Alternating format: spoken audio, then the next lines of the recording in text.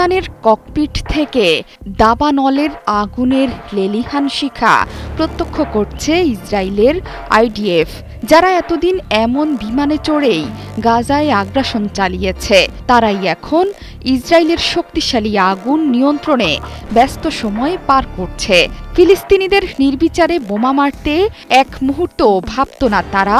এখন শক্তিশালী আগুন নেভানোর জন্য প্রাণপণ লড়াই করে যাচ্ছে তারা। কিন্তু প্রাকৃতিক বিপর্যয় যে আইডিএফ থেকেও শক্তিশালী, সেটি হয়তো এখন হাড়ে হাড়ে টের পাচ্ছেন বেনিয়ামিন নেতানিয়াহু।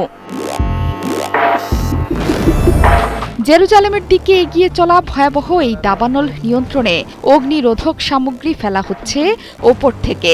বুধবার থেকে ছড়িয়ে পড়া এই আগুনে পুড়ে যাচ্ছে একরের পর একর জমি, পাহাড়ি বনাঞ্চল।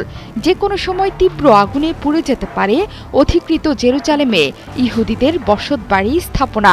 সে কারণে গাজা উপত্যকা বাদ দিয়ে এখন নিজ দেশের জনগণকে রক্ষায় ব্যস্ত আইডিএফ। কঠিন এই দাবানল নিয়ন্ত্রণে বিদেশিদের কাছে ধর্ণা দিতে হচ্ছে নেতানিয়াহুকে। যেখানে নিজ দেশের সেনাবাহিনী একাই 100 ফিলিস্তিনে হাজার হাজার নিরীহ মানুষের ওপর বোমা চালাতে সিদ্ধহস্ত, সেখানে ইসরায়েলের প্রধানমন্ত্রী বেনিয়ামিন নেতানিয়াহু বিদেশি শক্তির কাছে সাহায্য চাওয়াটাও যেন হাস্যকর। এরই মধ্যে ইতালি এবং ক্রোয়েশিয়ার সাথে আলাপচারিতা সেরেছেন নেতানিয়াহু।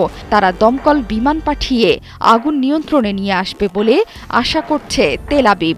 শুধু তাই নয়, গ্রিস, সাইপ্রাস এবং বুলগেরিয়ার কাছেও ধর্ণা দিয়েছেন নেতানিয়াহু। এখন পর্যন্ত ফায়ার সার্ভিসের শতাধিক দল আগুন নেভানোর কাজে সাহায্য করছে। সামরিক বাহিনীর তৎপরতা তো চলছেই। আগুনের ঘটনায় আহত হয়েছেন অন্তত 13 জন। এরই মধ্যে নেভে শালোম, বেকুয়া, টাওজ এবং নাকশন গ্রামগুলো খালি করা হয়েছে। পাশাপাশি লাঠরুনের সামরিক স্মৃতিস্তম্ভ থেকেও মানুষকে সরিয়ে নেওয়া হয়েছে। বন্ধ হয়ে গেছে ইসরায়েলিদের স্মরণসভা। টাইমস অব ইসরায়েল জানিয়েছে, রুট 1 হল জেরুজালেম ও তেল আবিবের মধ্যে প্রধান মহাসড়ক, সেটিও বন্ধ রাখা হয়েছে। সেখানে বন্ধ আছে ট্রেন চলাচলও। এদিকে ফায়ার কর্মীদের আগুন নেভানোয় সহায়তার প্রস্তাব দিয়েছে মাহমুদ আব্বাসের নেতৃত্বাধীন ফিলিস্তিনি কর্তৃপক্ষ। অতীতে ইসরায়েলি বড় আকারের আগুন নেভাতে সহায়তা করেছে ফিলিস্তিনি কর্তৃপক্ষের অগ্নি নির্বাপন দলগুলো।